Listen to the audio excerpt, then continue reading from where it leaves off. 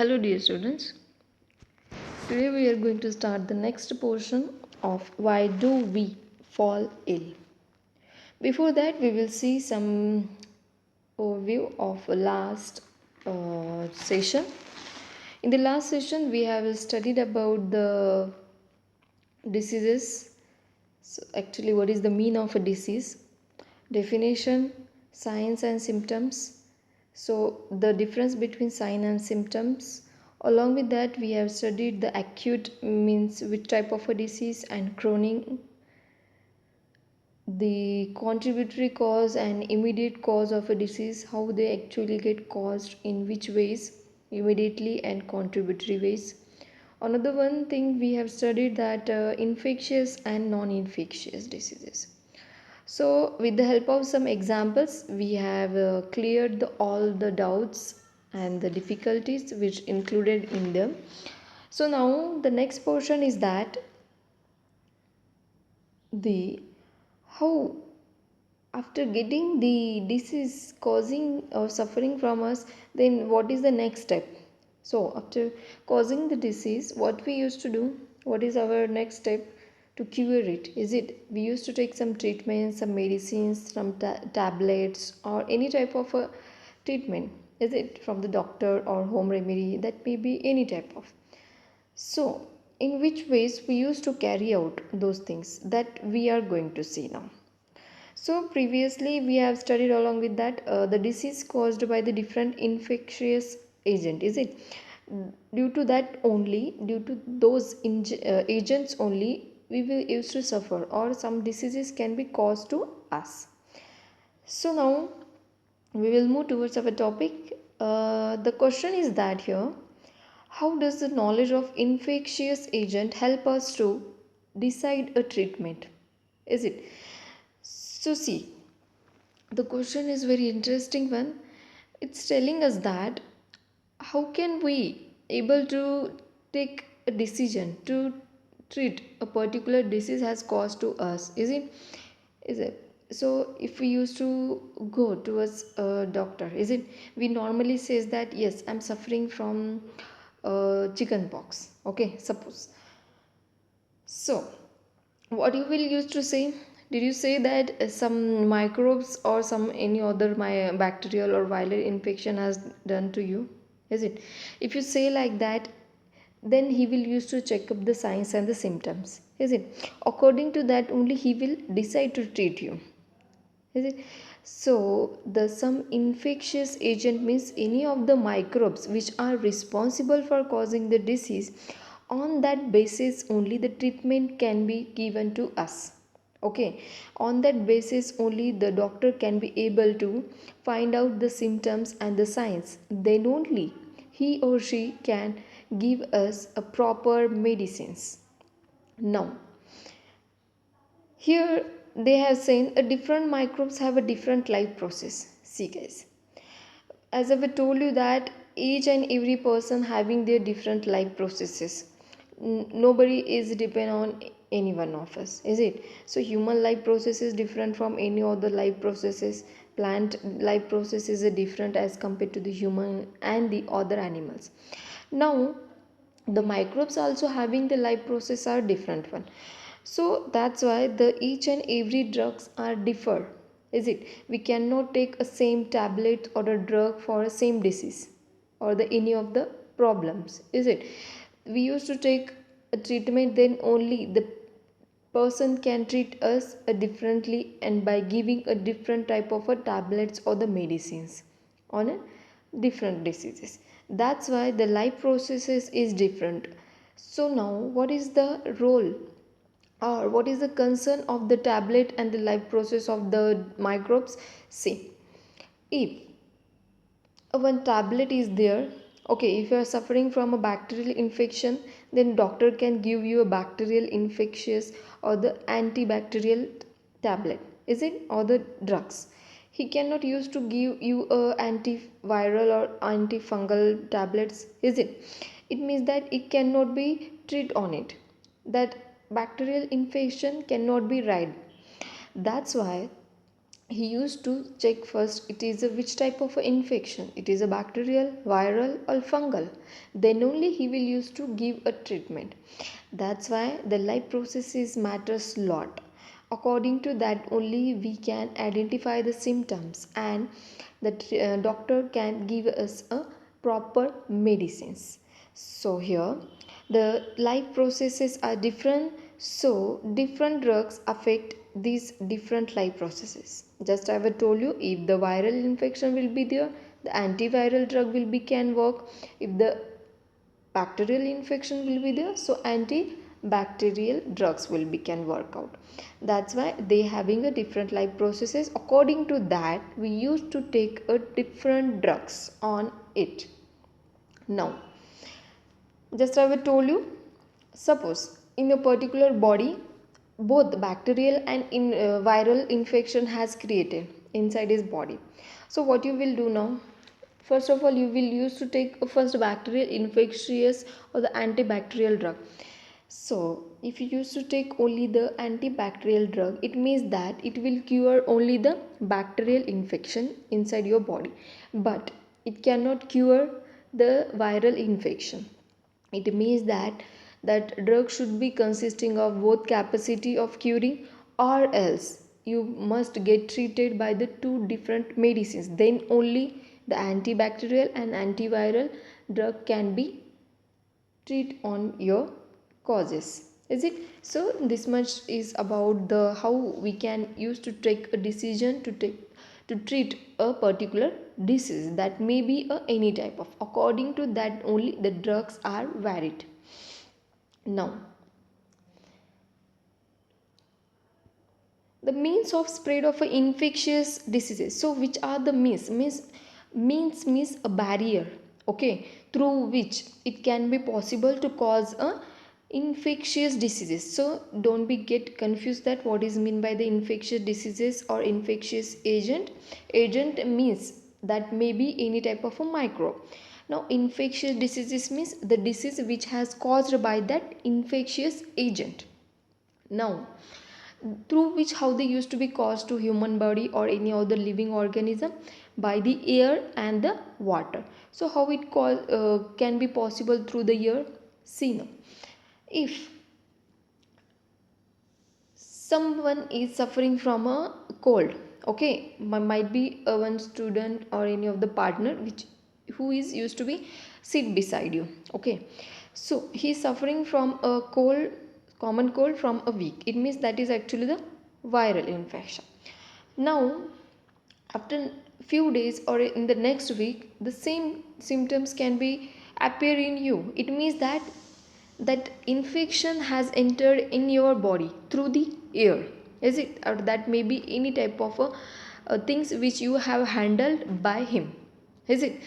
So see, airborne and waterborne disease means what? So the infectious diseases can be spread by the air, that is called as a airborne disease. The disease which can cause through the water known as a waterborne diseases. So now the examples like common cold, just I have told you, it can be possible because the in the common cold, if that person is suffering very cold, okay, he can able to sneeze, he can able to cough. Is it? So the droplets which are present in his body in the form of a virus, that can be released out through the nose or through the mouth. Is it? That droplets will be present surrounding area only to a particular meter or the region. Is it? If you will be in that contact or in that region only, if that will also infect to your body through that small droplets that can be enter through the nose or the mouth. So this condition can be possible through the ear. It means that disease can be caused through the ear. Now some examples like a common cold like pneumonia, tuberculosis, just I have told you these are the viral type. These can be present their agents in the air. That's why these are known as a airborne diseases. Now second barrier, that is the water. So see, waterborne diseases, why it is called as a waterborne? Because due to the consumption of unfit water or unhealthy water or you can also call it as a contaminated water. That can be possible, is it, that can be possible to cause a waterborne diseases, means related to the water, that diseases some causes to us, that is known as a waterborne. So what are the examples now? Cholera, typhoid, hepatitis A. So cholera, typhoid, you know that these are the actually the common type, you have familiar with these diseases. So now, if any excreta, means the waste material, okay, that can be released inside the water sources, is it, at that time it can be possible to suffer from so many diseases, is it, that related to the water. So that may be cause any type of a diseases like cholera, typhoid, hepatitis A. If it is releasing that excreta in the water sources, it means that that water will be reaches to the so many area or the regions, or the you can say a colonies, is it. So at that time it can be possible to cause a waterborne diseases. So these are actually the means how actually the infectious diseases can be spread through the air and the water barriers. Now, direct and indirect contact. So see, again, as like the air and the water, is it, so air can be a directly, is it, so because we used to breathe, we used to take oxygen continuously, it means that it's a directly we are inhaling something. Now, apart from the air and the water, which are the direct and indirect contact infectious diseases? See, by the touching, by kissing, handshake, or the things used by the infected person. Just I have told you example in the airborne diseases. If the someone is suffering from the common cold, if you will touch the things, whatever he has handled or she has handled, that will be transferred to you also. So by the touching, by the handshake, that can be possible. So that's why you should away from such a person for a particular day till he get cured from that. Next, for example, like by touching, kissing, handling, which type of a diseases can be possible to cause indirect or direct contact? Ringworm, okay, this is actually the fungal, okay. Next, that is conjugative, same. Headache, head lice. So head lice is, you know that the small insects which can be take a birth inside the head of a, mostly it can be possible in the woman or the girls, isn't. So due to untaking proper care of improper taking care of the hairs and not washing properly hairs and all these things if happens, then they will be suffer from or they will get infected by the head lice. They can be suck the blood from the head, okay. So what happening here, directly they are suffering, they are living inside our head, is it, or inside our hairs, and they used to be suck the blood from our head. So next, this is a skin infections like that may a fungal type of. These are actually the direct one. Next, indirect type of contact, which are they? For example, like a sexual contact, the sexual act with an infected person. If this one of the person is suffering from AIDS or syphilis. So AIDS and the syphilis are actually the sexual type of diseases. If someone or the partner is suffering from these diseases, it can be caused directly to that its partner. Okay, so that's why before should be tested that person. Next, vector means what now? In the terminologies related to the infection, we will see in details. But first of all, the vector means it's an infects animals. Okay, it's just like an agent, okay. It's infect animals which acts as a barrier of a infectious infection from infected to healthy person. So now it is a vector, okay. We will see the in the example you will understand what is meant by the vector. So what it do, it actually sit or the survive for a particular time in a infected person, and later it will come and sit or take a support of other healthy person, is it. So it means that whatever the infections are the infected person having, that will be get stick to that vector, okay, in the form of that maybe any type of insect, mosquitoes you can call, okay, that will be stick to his body. And later if he, that insect or the vector will be sit in the or the on the body of healthy person, that means it is indirectly transferring in the another healthy person body.